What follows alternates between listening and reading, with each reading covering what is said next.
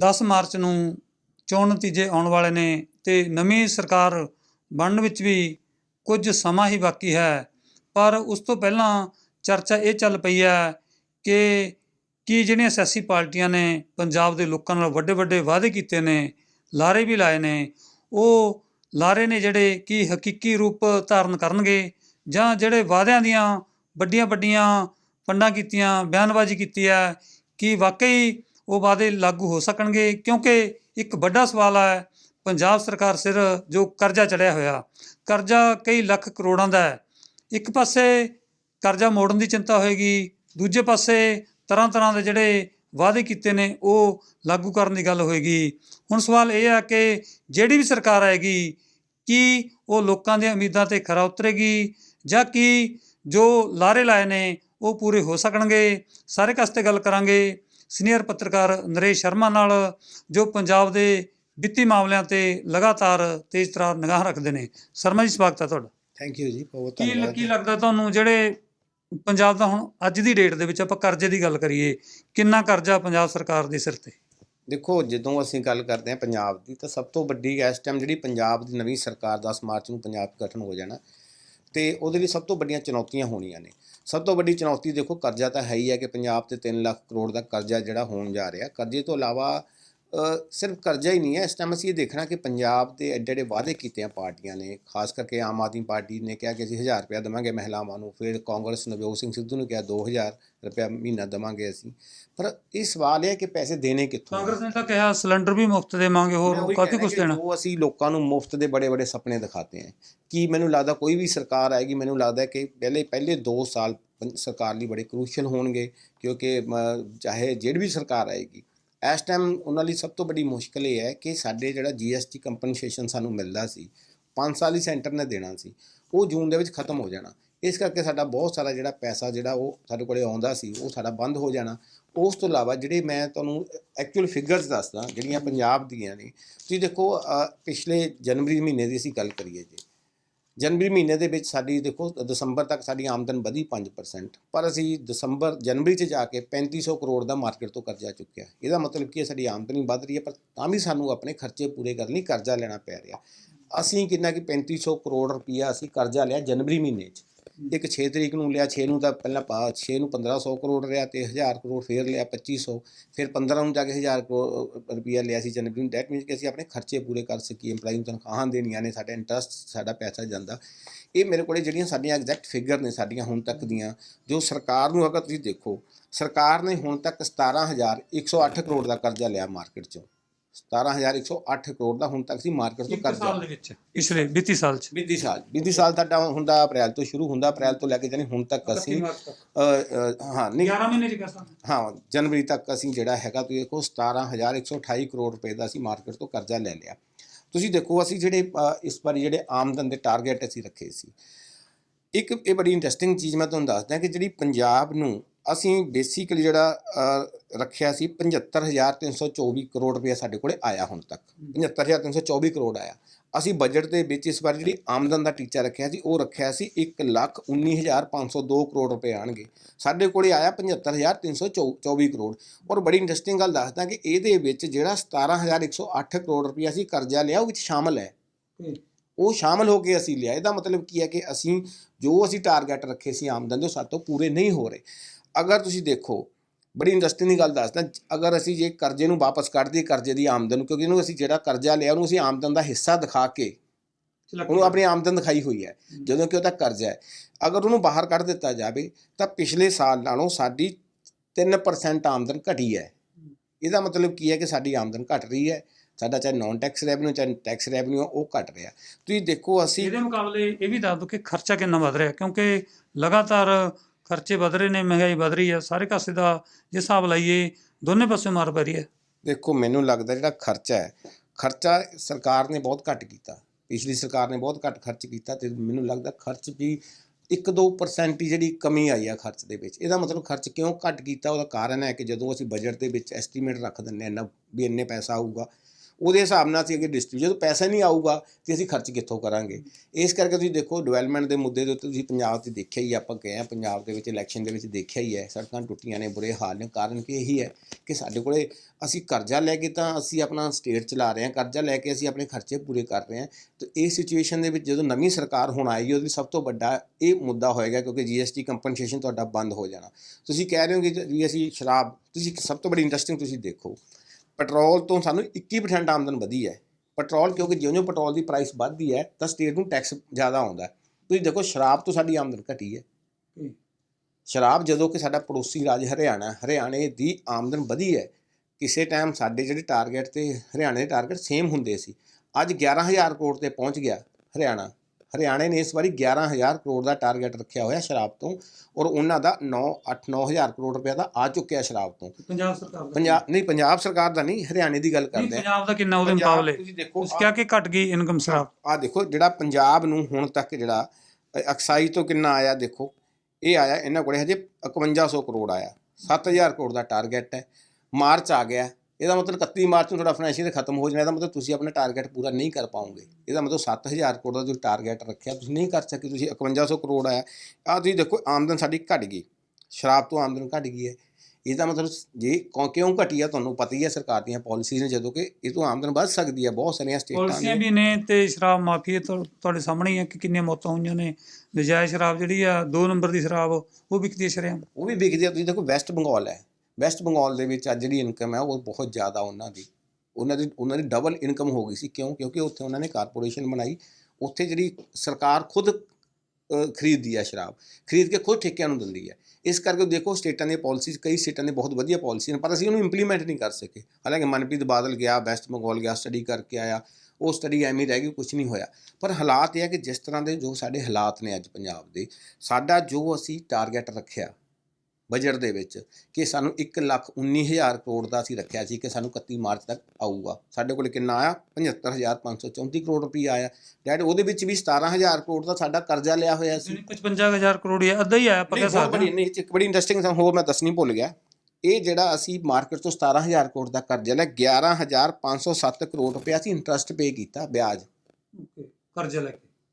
ਕਰਜ਼ਾ ਲੈ ਕੇ ਅਸੀਂ 11,507 ਕਰੋੜ ਰੁਪਏ ਸਾਡਾ ਵਿਆਜ 'ਚ ਹੀ ਚਲਾ ਗਿਆ, ਕਿਉਂਕਿ ਸਾਡਾ ਕਰਜ਼ਾ ਵਧੀ ਜਾ ਰਿਹਾ।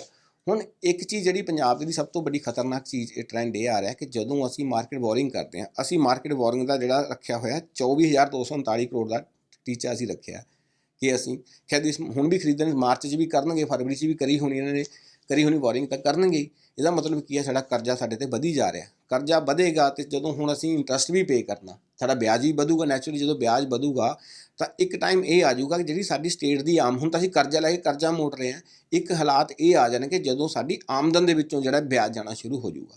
ਜੋ ਸਾਡੀ ਆਮਦਨ 'ਚੋਂ ਪੈਸਾ ਜਾਊਗਾ ਤਾਂ ਨੈਚੁਰਲੀ ਸਾਡੇ ਸਟੇਟ ਨੂੰ ਸਭ ਤੋਂ ਵੱਡਾ ਖਤਰਨਾਕ ਟ੍ਰੈਂਡ ਹੋ ਜਾਏਗਾ ਕਿ ਜੋ ਸਾਡੀ ਡਿਵੈਲਪਮੈਂਟ 'ਤੇ ਪੈਸਾ ਖਰਚ ਹੋਣਾ ਜਾਂ ਉਹ 'ਤੇ ਹੋਣਾ, ਉਹ ਸਾਡੇ 'ਤੇ ਨਹੀਂ ਖਰਚ ਹੋਊਗਾ। ਹੁਣ ਇੱਕ ਸਵਾਲ ਇਹ ਹੈ ਕਿ ਜਿਹੜਾ ਕੰਪਨਸੇਸ਼ਨ ਆ GST ਦਾ ਤੁਸੀਂ ਕਹਿ ਰਹੇ ਹੋ ਖਤਮ ਹੋ ਜਾਣਾ, ਉਹਦੇ ਨਾਲ ਕਿੰਨਾ ਕੁ ਜਿਹੜਾ ਹੈਗਾ ਆਮਦਨ ਰੁਕ ਜਾਵੇਗੀ ਜਿਹੜੀ ਸੈਂਟਰ ਤੋਂ ਆ ਰਹੀ ਹੈ? ਉਹਦੇ ਨਾਲ ਮੈਨੂੰ ਲੱਗਦਾ ਕਿ ਸਾਨੂੰ GST ਤੋਂ ਦੇਖ ਲਓ, ਇਸ ਵਾਰੀ ਸਾਨੂੰ GST ਤੋਂ ਆਮਦਨ ਵਧੀ ਹੈ ਸਾਡੀ ਇਸ ਵਾਰੀ GST ਤੋਂ ਸਾਨੂੰ ਆਇਆ ਹੈਗਾ 12,742 ਕਰੋੜ ਰੁਪਇਆ ਆਇਆ ਹੁਣ ਤੱਕ GST ਤੋਂ। ਅਤੇ ਇਹਦਾ ਮਤਲਬ ਤੁਸੀਂ ਦੇਖ ਲਓ ਜੇ ਅਗਰ GST ਕੰਪਨਸੇਸ਼ਨ ਬੰਦ ਹੋ ਜਾਂਦਾ ਤਾਂ ਸਾਨੂੰ ਬੜਾ ਨੁਕਸਾਨ ਹੋਣਾ। ਉਹਦਾ ਕਾਰਨ ਹੈਗਾ ਕਿ GST ਜਿੰਨੀ ਸਾਡੀ ਆਮਦਨ ਹੋਏਗੀ ਉਹਦੇ ਵਿੱਚੋਂ ਸਾਨੂੰ ਉਹਨਾਂ ਨੇ ਹਿੱਸਾ ਦੇਣਾ। ਹੁਣ ਤਾਂ ਅਸੀਂ ਚਲੋ 5 ਸਾਲ ਉਹਨਾਂ ਨੇ ਕਿਹਾ ਸੀ ਜੋ ਥੋੜ੍ਹਾ ਘਾਟਾ ਪੂਰਾ ਹੋਊਗਾ ਅਸੀਂ, ਸੈਂਟਰ ਨੇ ਕਿਹਾ ਕਿ ਅਸੀਂ ਬੀਅਰ ਕਰ ਲਾਂਗੇ, ਅਸੀਂ ਤੁਹਾਨੂੰ ਦੇ ਦਿਆਂਗੇ। ਪਰ ਹੁਣ ਆਪਾਂ ਗੱਲ ਕਰਦੇ ਹਾਂ ਨਵੀਂ ਸਰਕਾਰ ਲਈ। ਨਵੀਂ ਸਰਕਾਰ ਜਿਹੜੀ ਮਰਜ਼ੀ ਆ ਜੇ ਪੰਜਾਬ ਦੇ ਵਿੱਚ, ਉਹਨੂੰ 2 ਸਾਲ ਘੱਟੋ ਘੱਟ ਚਾਹੀਦੇ ਲੋਕਾਂ ਨਾਲ ਕੀਤੇ ਵਾਅਦੇ ਪੂਰੇ ਕਰਨ ਦੇ ਲਈ।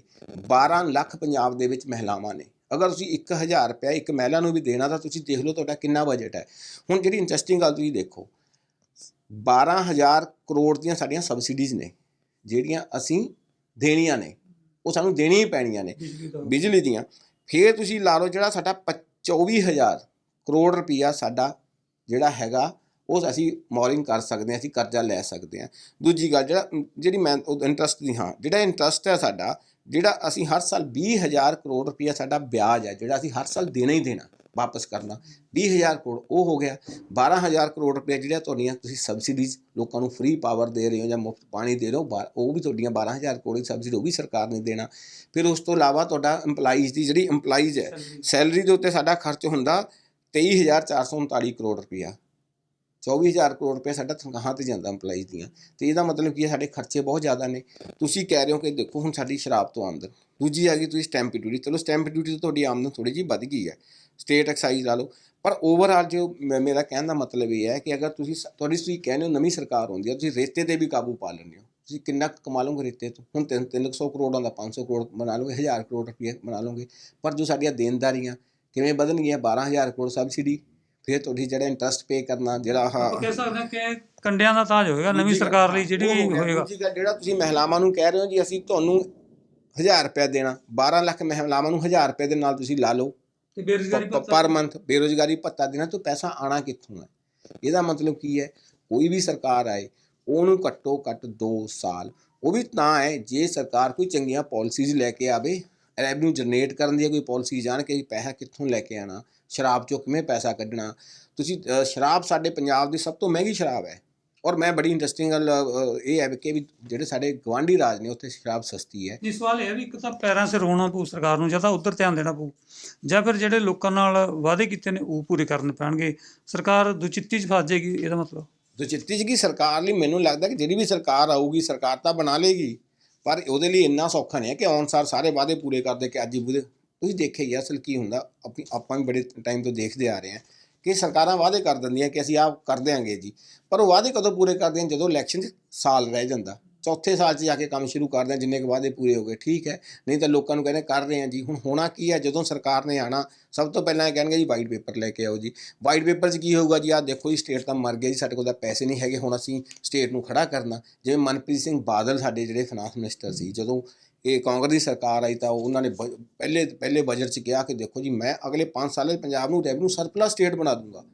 ਇਹ ਵਾਈਟ ਪੇਪਰ ਲੈ ਕੇ ਦੇਖੋ ਪੰਜਾਬ ਲੁੱਟ ਗਿਆ ਜੀ, ਉਹ ਹੋ ਗਿਆ। ਤੇ ਅੱਜ 5 ਸਾਲ ਬਾਅਦ ਵੀ ਉਹੀ ਹਾਲਾਤ ਨੇ ਜੋ ਮਨਪ੍ਰੀਤ ਜਿਸ ਟਾਈਮ ਇਹ ਕਾਂਗਰਸ ਸਰਕਾਰ ਆਈ ਜੋ ਹਾਲਾਤ ਸੀ ਉਹੀ ਹਾਲਾਤ ਅੱਜ ਨੇ। ਬਦਲਿਆ ਕੀ? ਕੁਛ ਨਹੀਂ, ਕਰਜ਼ਾ ਅਸੀਂ ਲਈ ਜਾ ਰਹੇ ਹਾਂ। ਕੈਪਟਨ ਅਮਰਿੰਦਰ ਸਿੰਘ ਨੇ ਕਿਹਾ ਕਿ ਮੇਰੇ 4.5 ਸਾਲਾਂ ਦੇ ਵਿੱਚ ਮੈਂ 95% ਜਿਹੜੇ ਵਾਅਦੇ ਕੀਤੇ ਸੀ ਲੋਕਾਂ ਨਾਲ ਉਹ ਪੂਰੇ ਕਰਤੇ। ਉਹਨਾਂ ਨੇ ਤਾਂ ਐਂ ਦਿਖਾਤਾ ਕਿ ਬਹੁਤ ਖੁਸ਼ਹਾਲ ਸੂਬਾ ਸਾਡਾ, ਬੜੀ ਤਰੱਕੀ ਇੱਥੇ ਹੋਊਗੀ। ਦੇਖੋ ਜਿਹੜੇ ਵਾਅਦੇ, ਦੇਖੋ ਪੋਲੀਟੀਸ਼ੀਅਨ ਦਾ ਕਹਿਣੀ ਗੱਲ ਹੋਰ ਹੁੰਦੀ, ਪੋਲੀਟੀਸ਼ੀਅਨ ਦਾ ਕਹੂਗਾ ਕਿ ਮੈਂ ਆਹ ਕਰਤਾ। ਤੁਸੀਂ ਗਰਾਊਂਡ 'ਤੇ ਜਾ ਕੇ ਦੇਖੋ ਨਾ, ਅੰਕੜੇ ਵੀ ਦੇ ਦਿੰਦੇ ਆ, ਪਤਾ ਨਹੀਂ ਅਫਸਰ ਕਿਵੇਂ ਇੰਨੀ ਚਲਾਕੀ ਨਾਲ ਅੰਕੜੇ ਪੇਸ਼ ਕਰਦੇ। ਮੇਰੀ ਗੱਲ ਸੁਣ, ਤੁਸੀਂ ਗਰਾਊਂਡ 'ਤੇ ਜਾਓ, ਲੋਕਾਂ 'ਚ ਜਾ ਕੇ ਦੇਖੋ ਕਿ ਅਸੀਂ ਵਾਅਦੇ ਪੂਰੇ ਕਰਤੇ, ਕਿ ਆਹ ਕਰਤਾ, ਕੀ ਬੇਰੁਜ਼ਗਾਰੀ ਭੱਤਾ ਮਿਲਿਆ। ਇਹਨਾਂ ਨੇ ਕਿਹਾ ਸੀ ਕਿ ਜਿਹੜੇ ਅਸੀਂ ਬੁਢਾਪਾ ਪੈਨਸ਼ਨ ਅਸੀਂ ਕਰਦੇ ਹਰ ਸਾਲ 250-250 ਰੁਪਏ ਵਧਾਉਂਦੇ ਅਸੀਂ 2000 ਰੁਪਏ 'ਤੇ ਲੈ ਜਾਵਾਂਗੇ। ਇਹ ਚੋਣ ਮੈਨੀਫੈਸਟੋ ਸੀ ਕਾਂਗਰਸ 'ਤੇ, ਹੋਇਆ ਉਹ। ਦੂਜੀ ਗੱਲ ਇਹਨਾਂ ਨੇ ਕਿਹਾ ਸੀ ਕਿਸਾਨਾਂ ਦਾ ਕਰਜ਼ਾ ਮਾਫ, ਇਹਨਾਂ ਨੇ ਕਿਹਾ ਜੀ ਅਸੀਂ ਆੜ੍ਹਤੀਆਂ ਦਾ ਵੀ ਕਰ ਦਿਆਂਗੇ, ਉਹ ਵੀ ਕਰ ਦਿਆਂਗੇ ਵੀ ਚਾਹੇ ਬੈਂਕਾਂ ਦਾ ਕਰਜ਼ਾ। ਉਹਦੇ ਨਾਲ ਹੋਇਆ ਕਿ ਉਹਦਾ ਨੁਕਸਾਨ ਕੀ ਹੋਇਆ? ਸ਼ੁਰੂ 'ਚ ਤੁਸੀਂ ਦੇਖਿਆ ਕਿ ਕਿਸਾਨਾਂ ਨੇ ਕਿਸ਼ਤਾਂ ਭਰਨੀਆਂ ਬੰਦ ਕਰਤੀਆਂ, ਚਾਹੇ ਉਹ ਉਹਨਾਂ ਦੀਆਂ ਜਿਹੜੀਆਂ ਪ੍ਰਾਈਵੇਟ ਬੈਂਕ ਸੀ, ਚਾਹੇ ਉਹਨਾਂ ਨੇ ਕਿਹਾ ਵੀ ਸਾਡਾ ਤਾਂ ਕਰਜ਼ਾ ਮਾਫ ਹੋ ਜਾਣਾ। ਇਸ ਕਰਕੇ ਦੇਖੋ ਬਾਅਦ ਦੇ ਵਿੱਚੋਂ ਹੋਇਆ ਨਹੀਂ ਹੈ। ਤੁਸੀਂ ਕਹਿ ਰਹੇ ਹੋ ਕਿ ਹੋਇਆ, ਇਹ ਵਾਅਦਾ ਕਿੱਥੋਂ ਪੂਰਾ ਹੋਇਆ? ਘਰ ਰੁਜ਼ਗਾਰ ਦੀ ਤੁਸੀਂ ਗੱਲ ਕੀਤੀ, ਕਿੰਨੇ ਕੁ ਲੋਕਾਂ ਨੂੰ ਰੁਜ਼ਗਾਰ ਮਿਲ ਗਿਆ? ਅੱਜ ਵੀ ਲੋਕ ਦੇਖੋ ਸੜਕਾਂ 'ਤੇ ਘੁੰਮ ਰਹੇ ਆ, ਧਰਨੇ ਪ੍ਰੋਟੈਸਟ ਹੋ ਰਹੇ ਆ। ਅਤੇ ਇਹਦਾ ਮਤਲਬ ਠੀਕ ਹੈ, ਤੁਸੀਂ ਪੋਲੀਟੀਸ਼ੀਅਨ ਜਿਹੜੇ ਅੰਕੜੇ ਨੇ ਖਾਸ ਕਰਕੇ ਟੋਟਲ ਜੇ ਡਿਟੇਲ ਦੇ ਵਿੱਚ ਥੋੜ੍ਹਾ ਦੱਸ ਦਿਓ ਤਾਂ ਕਿ ਸਾਡੇ ਦਰਸ਼ਕਾਂ ਨੂੰ ਪੂਰਾ ਪਤਾ ਲੱਗ ਸਕੇ ਕਿ ਵਾਕਈ ਵਿੱਤੀ ਹਾਲਤ ਕੀ ਹੈ ਪੰਜਾਬ ਦੀ। ਵਿੱਤੀ ਹਾਲਤ ਤੁਹਾਡੇ ਸਾਹਮਣੇ ਆ। ਦੇਖੋ ਅਸੀਂ 1,19,502 ਕਰੋੜ ਰੁਪਏ ਦਾ ਟੀਚਾ ਰੱਖਿਆ ਕਿ ਸਾਡੇ ਕੋਲ ਆਊਗਾ ਸਾਲ ਦੇ ਵਿੱਚ। ਸਾਡੇ ਕੋਲ ਕਿੰਨਾ ਆਇਆ? 75,324 ਕਰੋੜ। ਉਹਦੇ ਵਿੱਚ ਵੀ ਅਸੀਂ 17,303 ਕਰੋੜ ਰੁਪਇਆ ਤਾਂ ਅਸੀਂ ਇਹਦੇ ਵਿੱਚ ਐਡ ਕੀਤਾ, ਜਿਹੜਾ ਅਸੀਂ ਕਰਜ਼ਾ ਲਿਆ। ਇਹਦੇ ਵਿੱਚ ਜਿਹੜਾ ਕਰਜ਼ਾ ਲਿਆ ਜਾਂ ਹੋਰ ਮਾੜੀ ਮੋਟੀ ਰਿਕਵਰੀ ਹੋਈ ਹੈ। ਜਿਹੜਾ ਸਾਡਾ ਖਰਚ ਵੀ ਆ, ਤੁਸੀਂ ਦੇਖੋ ਰੈਵਨਿਊ ਐਕਸਪੈਂਡੀਚਰ ਵੀ ਹੈ, ਉਹ ਕਿੰਨਾ ਪਰਸੈਂਟ ਘਟਿਆ? ਸਿਰਫ 2% ਘਟਿਆ। ਆਮਦਨ ਸਾਡੀ 5%। ਜਿਹੜੀ ਅਗਰ ਤੁਸੀਂ ਕਰਜ਼ੇ ਨੂੰ ਵਾਪਸ ਮਾਈਨਸ ਕਰ ਦਿਓ ਤਾਂ ਸਾਡੀ ਜਿਹੜੀ ਆਮਦਨ, ਜਿਹੜੀ ਰੈਵਨਿਊ ਘਟੀ ਹੈ, ਪਿਛਲੇ ਸਾਲ 63% ਸੀ ਤਾਂ 60% ਰਹਿ ਗਈ ਹੈ। ਜਦੋਂ ਅਸੀਂ ਜਿਹੜਾ ਵਿੱਚ ਕਰਜ਼ਾ ਲਿਆ ਕੇ ਜਿਹੜਾ ਅਸੀਂ ਲਿਆ ਕਰਜ਼ਾ 17,000 ਕਰੋੜ ਜੋ ਅਸੀਂ ਕਰਜ਼ਾ ਲਿਆ, ਉਹਨੂੰ ਅਸੀਂ ਆਮਦਨ ਦਿਖਾ ਕੇ ਐਡ ਕਰਤਾ, ਉਹਨੂੰ ਵਿੱਚ ਆਮਦਨ ਫਿਰ ਤੁਹਾਡੀ ਆਮਦਨ ਜਿਹੜੀ ਆ ਫਿਰ 5% ਵੱਧਦੀ ਹੈ। ਤੁਸੀਂ ਦੇਖੋ ਅੱਜ ਇੱਕ ਸਭ ਤੋਂ ਬੜੀ ਇੰਟਰਸਟਿੰਗ ਗੱਲ ਹੈ ਕਿ ਜੋ ਅਸੀਂ ਕਰਜ਼ਾ ਲੈ ਰਹੇ ਹਾਂ ਉਹਨੂੰ ਵੀ ਸਟੇਟ ਦੀ ਆਮਦਨ ਦਿਖਾ ਰਹੇ ਹਾਂ। ਇਹ ਅੰਕੜਾ ਆਪਾਂ ਕਹਿ ਸਕਦੇ ਹਾਂ ਕਿ ਇੱਕ ਬਹੁਤ ਚਲਾਕੀ ਆ। ਬਾਕੀ ਡਿਟੇਲ ਆਪਾਂ ਜਦੋਂ ਸਰਕਾਰ ਬਣ ਗਈ ਉਦੋਂ ਕੀ ਹਾਲਤ ਹੋਣਗੇ ਉਦੋਂ ਵੀ ਗੱਲ ਕਰਾਂਗੇ। ਹਾਲਤ ਕਿਹੜੀ ਆਪਾਂ ਕਹਿ ਸਕਦੇ ਹਾਂ ਕਿ ਜਿਹੜੀ ਵੀ ਸਰਕਾਰ ਪੰਜਾਬ ਦੀ ਨਵੀਂ ਆਏਗੀ ਉਹਦੇ ਲਈ ਜਿਹੜੀ ਸਤ੍ਹਾ ਬਕਾਇਦਾ ਕੰਡਿਆਂ ਦਾ ਤਾਜ ਹੋਏਗੀ। ਕੁਝ ਗੱਲ ਰਹਿ ਗਈ ਅੰਗਰੇਜ਼ ਜੀ ਹੋਰ ਕਹਿਣਾ ਚਾਹੁੰਦੇ? ਮੇਰੀ ਮੰਨ ਦੇਖੋ 12,000 ਕਰੋੜ ਦੀ ਸਬਸਿਡੀ ਹੈ। ਅਸੀਂ ਸਬਸਿਡੀ ਕਿੰਨੀ ਦਿੱਤੀ ਹੈ ਹਜੇ ਤੱਕ? 9,123 ਕਰੋੜ। ਇਹਦਾ ਮਤਲਬ ਹਜੇ ਤੱਕ ਅਸੀਂ ਸਬਸਿਡੀ ਪੂਰੀ ਨਹੀਂ ਦੇ ਸਕੇ। 3,000 ਕਰੋੜ ਦੀ ਸਬਸਿਡੀ ਹਜੇ ਦੇਣੀ ਆ ਅਸੀਂ। ਇਸ ਤੋਂ ਇਹਦਾ ਮਤਲਬ ਕੀ ਹੈ ਕਿ ਇਹ ਜਿਹੜੀਆਂ ਹੁਣ ਚਾਹੇ ਉਹ ਸਰਕਾਰਾਂ ਨੇ ਹੁਣ ਇਲੈਕਸ਼ਨ ਤੋਂ ਪਹਿਲਾਂ ਬਿਜਲੀ ਦੇ ਬਿੱਲ ਘਟਾਤੇ ਹੋਰ ਕਰਤੇ ਜਾਂ ਹੋਰ ਇਹਨਾਂ ਨੇ ਕੀਤੇ, ਪਰ ਮੈਨੂੰ ਲੱਗਦਾ ਕਿ ਇਲੈਕਸ਼ਨ ਤੋਂ ਬਾਅਦ ਉਹੀ ਪੁਰਾਣੀ ਸਿਚੁਏਸ਼ਨ 'ਚ ਆ ਜਾਣਾ, ਉਹੀ ਬਿੱਲ ਵਧਣਗੇ। ਹੁਣ ਜਿਸ ਤਰ੍ਹਾਂ ਦੇਖੋ ਪੈਟਰੋਲ ਹੈ, ਪੈਟਰੋਲ ਤੋਂ ਸਭ ਤੋਂ ਜ਼ਿਆਦਾ ਆਮਦਨ ਸਾਨੂੰ ਪੈਟਰੋਲ ਤੋਂ ਹੋਈ ਹੈ ਪੰਜਾਬ ਦੇ ਵਿੱਚ। ਤੁਸੀਂ ਦੇਖੋ ਇਸ ਟਾਈਮ ਸਾਨੂੰ 20% ਤੋਂ ਉੱਤੇ ਆਮਦਨ ਹੋਈ ਹੈ। 6000 ਅਸੀਂ ਦੇਖੋ ਪੂਰੇ ਸਾਲ ਦੇ ਵਿੱਚ 6000 ਕਰੋੜ ਦਾ ਟਾਰਗੇਟ ਰੱਖਿਆ ਸੀ ਸ਼ਰਾਬ ਦਾ 2027 ਦਾ, 10 ਕਰੋੜ ਤਾਂ ਸਾਡੇ ਕੋਲ ਆ ਚੁੱਕੇ ਆ। ਇਹਦਾ ਮਤਲਬ ਸਾਨੂੰ ਪੈਟਰੋਲ ਦੇ ਜਿਵੇਂ ਪ੍ਰਾਈਸਿਸ ਵਧਣਗੇ, ਜੇ ਹੁਣ 7 ਤਰੀਕ ਤੋਂ ਬਾਅਦ ਪੈਟਰੋਲ ਦੇ ਪ੍ਰਾਈਸਿਸ ਵੱਧ ਜਾਂਦੇ ਫਿਰ ਸਰਕਾਰ ਦੀ ਆਮਦਨ ਵੱਧ ਜੂਗੀ। ਪਰ ਜਿਹੜੇ ਸਾਡੇ ਆਪਣੇ ਉਹ ਹੈ ਸਾਨੂੰ ਬੜੀ ਇਸ ਗੱਲ ਦੀ ਉਹ ਹੈ ਕਿ ਜਿਹੜੀ ਆਮਦਨ ਚਾਹੀਦੀ ਸੀ ਹੋਣੀ, ਜਿਵੇਂ ਰੇਤੇ ਤੋਂ ਸ਼ਰਾਬ ਤੋਂ ਉਹ ਨਹੀਂ ਆ ਰਹੀ। ਐਕਸਾਈਜ਼ ਡਿਊਟੀ ਦੇ ਚੈੱਕ ਕਰਨਾ, ਜਿੱਥੇ ਮਤਲਬ ਆਪਾਂ ਕਹਿ ਸਕਦੇ ਹਾਂ ਠੱਗੀ ਲੱਗਦੀ ਆ, ਉਹ ਰੋਕਣ ਦੀ ਲੋੜ। ਪਰ ਗੱਲ ਹੈ ਕਿ ਜੇ ਤੁਸੀਂ ਮੰਨ ਲਓ ਕੋਈ ਵੀ ਸਰਕਾਰ ਨਵੀਂ ਆਉਂਦੀ ਹੈ ਸ਼ਰਾਬ ਤੋਂ ਆਮਦਨ ਵਧਾ ਦਿੰਦੀ ਹੈ। ਇਹ ਤਾਂ ਹੈ ਨਹੀਂ ਕਿ ਇੱਕ ਦਿਨ 'ਚ ਤਾਂ ਤੁਹਾਡੇ ਕੋਲ ਆਊਗੀ ਨਹੀਂ, ਪੂਰਾ ਸਾਲ ਲੱਗਦਾ ਕਿ ਜਦੋਂ ਹੁਣ ਨਵੀਂ ਪਾਲਿਸੀ ਆਏਗੀ, ਨਵੀਂ ਸਰਕਾਰ ਆਏਗੀ, ਨਵੀਂ ਐਕਸਾਈਜ਼ ਪਾਲਿਸੀ ਆਏਗੀ, ਫਿਰ ਉਹ ਜਿਹੜੀ ਪੈਸਾ ਸਾਡੇ ਕੋਲ ਸਾਲ 'ਚ ਆਉਂਦਾ ਨਾ, ਇੱਕ ਦਿਨ 'ਚ ਤਾਂ ਆਉਂਦਾ ਨਹੀਂ ਪੈਸਾ। ਇਸ ਤਰ੍ਹਾਂ ਰੇਤੇ ਦੇ ਜਿਹੜੇ ਆਕਸ਼ਨ ਹੁੰਦੇ ਨੇ ਵੀ ਸਾਲ ਬਾਅਦ ਪੈਸਾ ਹੋਣਾ। ਇਸ ਕਰਕੇ ਮੈਂ ਕਹਿ ਰਿਹਾ ਕਿ ਜਿਹੜਾ ਅਗਲਾ ਸਾਲ ਹੈ ਜਿਹੜੀ ਨਵੀਂ ਸਰਕਾਰ ਉਹਦੇ ਲਈ ਬੜਾ ਕ੍ਰੂਸ਼ੀਅਲ ਟਾਈਮ ਹੋਊਗਾ। ਸਟੇਟ ਨੂੰ ਕਿਵੇਂ ਪੈਰਾਂ 'ਤੇ ਖੜਾ ਕਰਨਾ, ਕਿਉਂਕਿ ਕਰਜ਼ਾ ਹੀ ਲੈਣਾ ਪੈਣਾ ਤੁਹਾਨੂੰ, ਹੋਰ ਤੁਹਾਡੇ ਕੋਲ ਕੋਈ ਅਲਟਰਨੇਟਿਵ ਹੈ ਨਹੀਂ ਹੈ। ਠੀਕ ਹੈ, ਨਵੀਂ ਸਰਕਾਰ ਲਈ ਬੜੀ ਵੱਡੀ ਸਿਰਦਰਦੀ ਹੋਏਗੀ, ਕਿਉਂਕਿ ਕਰਜ਼ਾ ਲੈ ਕੇ ਹੀ ਕੰਮ ਚਲਾਉਣਾ ਪਏਗਾ। ਵੱਡੇ ਵੱਡੇ ਜਿਹੜੇ ਵਾਅਦੇ ਕੀਤੇ ਨੇ, ਲਾਰੇ ਲਾਏ ਨੇ ਲੋਕਾਂ ਨਾਲ, ਉਹ ਸਾਡੇ ਕੋਲ ਬਕਾਇਦਾ ਕਾਗਜ਼ ਹੈਗੇ ਨੇ, ਅੰਕੜਾ ਹੈਗਾ, ਉਹਦੇ ਆਧਾਰ 'ਤੇ ਵੀਰੇ ਸ਼ਰਮਾ ਜੀ ਨੇ ਗੱਲ ਕੀਤੀ ਹੈ। ਦੇਖਦੇ ਹਾਂ 10 ਤਰੀਕ ਤੋਂ ਬਾਅਦ ਜਿਹੜੀ ਵੀ ਸਰਕਾਰ ਆਊਗੀ ਉਹਦੀਆਂ ਚਿੰਤਾਵਾਂ ਕਿਸ ਤਰ੍ਹਾਂ ਦੀਆਂ ਰਹਿਣਗੀਆਂ।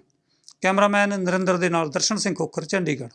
All world open challenge 17 time gold medalist मियां रफीक मोहम्मद, पंडित, मौलवी, बेगम, तांत्रिक, इन्हां चोरा ठग्गां तो सावधान। स्पेशलिस्ट वशीकरण, सट्टा नंबर, लव मैरिज, पति पत्नी च अनबन, विदेश च पक्का होना, कारोबार दा ना चलना, सिर्फ 31 घंटियां विच समाधान। फ्री फ्री फ्री मियां रफीक मोहम्मद। मोबाइल 84 374 94 647, 84 374 94 648।